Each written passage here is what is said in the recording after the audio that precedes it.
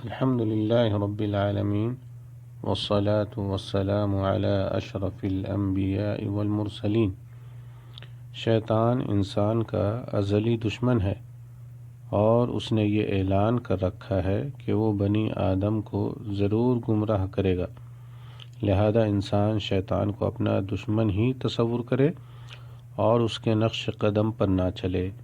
اللہ تعالیٰ کا فرمان ہے، ان الشیطان لکم عدو فاتخذوہ عدوا، شیطان یقیناً تمہارا دشمن ہے تو تم اسے دشمن ہی سمجھو۔ سورہ فاطر آیت نمبر 6۔ آئیے ہم شیطان کے متعلق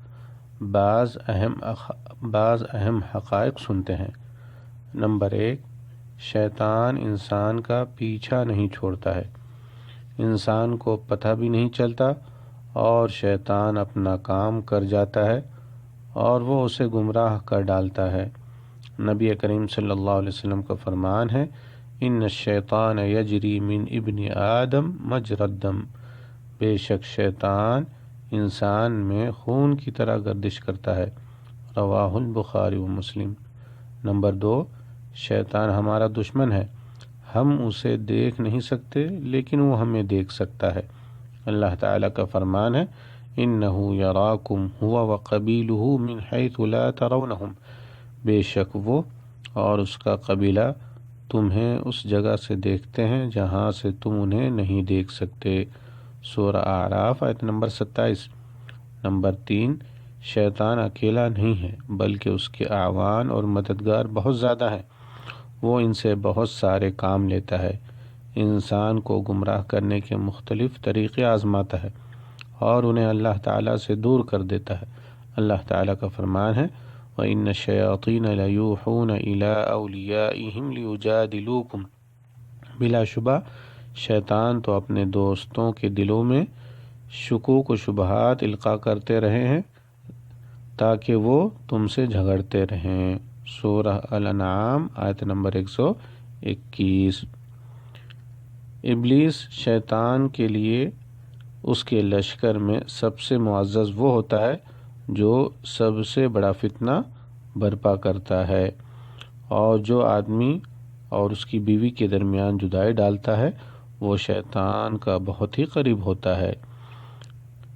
نمبر 4، شیطان ہر وقت انسان کے ساتھ ہوتا ہے اور اس کو گمراہ کرنے یا اللہ کی عبادت سے دور کرنے کے لیے گھات لگا کر بیٹھا رہتا ہے، اور جیسے ہی اسے موقع ملتا ہے تو وہ اسے اپنے شکنجے میں پھنسا لیتا ہے۔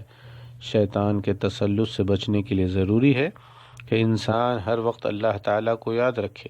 اللہ تعالیٰ کا فرمان ہے، وَمَن يَعْشُ عَن ذِكْرِ الرَّحْمَٰنِ نُقَيِّضْ لَهُ شَيْطَانًا فَهُوَ لَهُ قَرِينٌ، اور جو شخص رحمان کے ذکر سے آنکھیں بند کرتا ہے ہم اس پر شیطان کو مسلط کر دیتے ہیں جو اس کا ساتھی بن جاتا ہے۔ سورہ زخرف آیت نمبر 63۔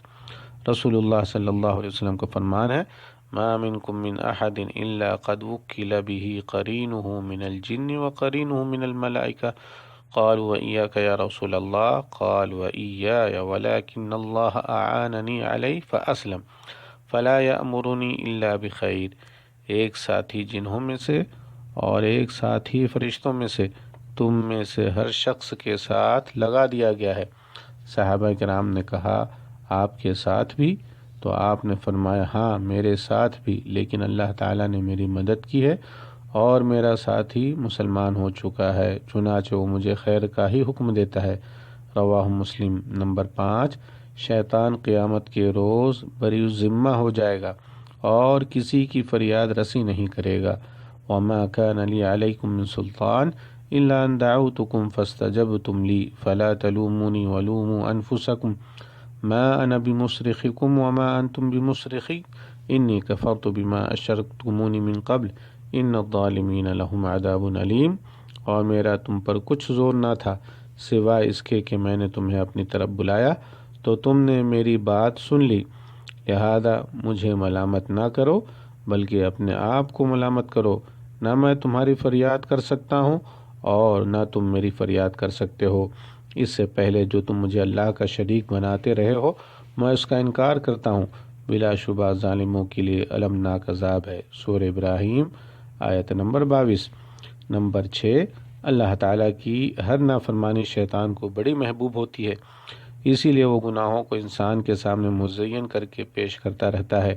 اگر انسان کامیابی چاہتا ہے تو وہ شیطان کی چالوں سے متنبہ رہے اور اس کے جال میں نہ پھنسے۔ شیطان کا سب سے بڑا ہدف یہ ہے کہ وہ انسان کو جہنمی بنا دے، اور وہ اپنے اس ہدف کے حصول کے لیے مختلف چالیں چلتا ہے اور انسان کو جہنم تک پہنچانے کی متعدد وسائل اختیار کرتا ہے۔ اللہ تعالیٰ کا فرمان ہے، انما يدعو حزبه ليكونوا من اصحاب السعیر۔ وہ شیطان اپنے پیروکاروں کو صرف اس لیے بلاتا ہے کہ وہ جہنمی بن جائیں۔ سورہ فاطر آیت نمبر 6۔ واللہ تعالی اعلم۔ والسلام علیکم ورحمۃ اللہ وبرکاتہ۔